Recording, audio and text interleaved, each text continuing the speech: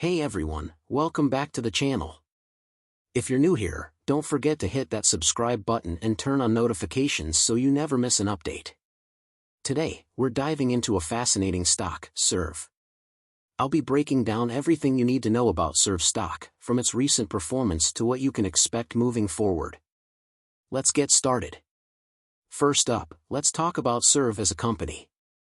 SERV, officially known as company full name, operates in the industry/sector.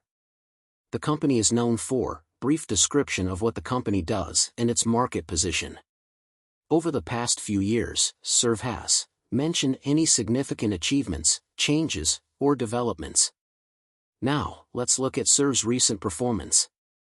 As of current date or last financial report, SERV stock is trading at current stock price.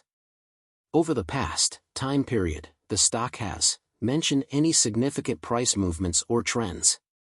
For instance, in the last quarter, SERV stock saw a percentage increase/decrease due to reasons behind the movement, e.g., earnings report, market conditions, news events. When it comes to financial health, SERV has been described the financial health, e.g., showing strong growth, facing challenges. Key financial metrics to look at include revenue, net income, earnings per share, EPS, debt levels. For example, SERV reported, mention key financial figures from the latest earnings report. These numbers suggest, analyze what the numbers indicate about the company's financial position. Looking ahead, what's in store for SERV?